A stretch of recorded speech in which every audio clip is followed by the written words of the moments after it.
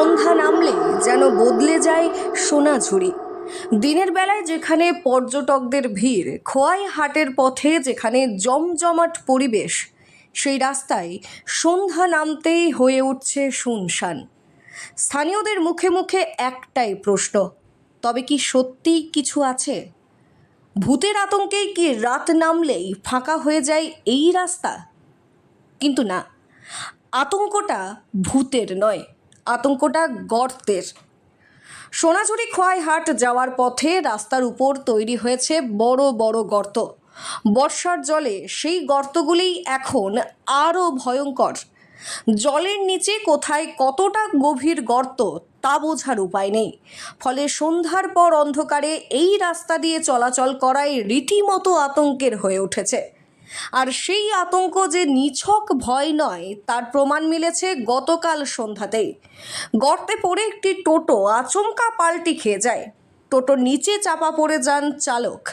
গুরুতর বিপদের মধ্যে ছটফট করতে দেখা যায় তাকে। অল্পের জন্য আরও বড় দুর্ঘটনা এড়ানো সম্ভব হয়েছে বলে স্থানীয়দের দাবি। শুধু সোনাঝুরি নয়, বোলপুর শান্তিনিকেতন এবং বোলপুর শ্রীনিকেতনের একাধিক রাস্তাতেও একই ছবি। কোথাও বড় বড় গর্ত, কোথাও আবার ইট দিয়ে নামমাত্র মেরামতি করা হয়েছে। বর্ষার জলে সেই গর্ত আরও বিপজ্জনক হয়ে উঠেছে। ফলে সন্ধ্যা নামলেই অনেকেই এই রাস্তাগুলি এড়িয়ে চলেছেন। স্থানীয়দের ক্ষোভ, দিনের পর দিন এমন পরিস্থিতি চললেও স্থায়ী সমাধান হচ্ছে না। ভূতের ভয় নয়, রাস্তার গর্তের ভয়েই এখন রাত নামলে পা বাড়াতে ভয় পাচ্ছেন মানুষ।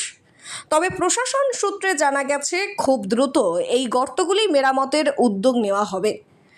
সোনাঝুরির রাতের রহস্য তাই ভূত নয়, অন্ধকারে লুকিয়ে থাকা সেই বড় বড় গর্তই এখন মানুষের আসল আতঙ্ক। এদিক তো ফাঁকা কেন, মানে রাতে কেউ আসতে চাইছে না। হ্যাঁ, এইখানে যে রাস্তার যে অবনতি, যে রাস্তা যে খারাপ, যে বড় বড় যে গর্তগুলো রয়েছে, তার জন্যে বৃষ্টির জল হলে জলে গাড়াগুলো ঢুকে যাচ্ছে, অথচ বাইক বা টোটো পাল্টি খাচ্ছে, বাইকওয়ালাও। আর সাইড দিতে গিয়ে টোটো বাইকের সঙ্গে সংঘর্ষ হচ্ছে, তার জন্যই এইখানে রাত্রে কেউ আসতে চাইছে না। দেখুন, সন্ধ্যে নামলেই এখানে যা রাস্তার অবস্থা, এমনিতেই মানুষ আর আসবে না। কারণ আজকে সন্ধ্যেতে যখন আমি ফিরছি, এই রাস্তায় আমার রোজ যাওয়া আসা, তা এক টোটোওয়ালা মুড়ি বস্তা নিয়ে একদম চাপা পড়ে গিয়েছে। উনি তো বেরোতে পারছেন না। এই রাস্তায় যারা লোকাল মানুষ আছে, আসা যাওয়া করে, তারা কি করলো, ওনাকে টেনে হিসেবে বার করলো। তাই এরকম রাস্তা থাকলে কেউ দাদা আসবে না। এই রাস্তায় এমনি লোকজন কমে যাবে। কিভাবে পড়লো, পড়লো বলতে, টোটোওয়ালা, এখানে প্রচন্ড খাল আছে, বৃষ্টি পড়লে জলে ভরে যাবে, আপনি বুঝতেই পারবেন না ওখানে খাল আছে নাকি। রাস্তায় যেমন জল থাকে, বাস ওই টোটো উল্টে গেছে। ভূতের আতঙ্ক বলতে এটাই, ভূত তো তাও মানুষ ভয় করলে কিছু মানুষ সাহসেও আসবে, কিন্তু এটা রাস্তার হাল, সাধারণ মানুষ আসতেই চাইবে না। সন্ধ্যে কি দিনের দিকেও আসতে চাইবে না।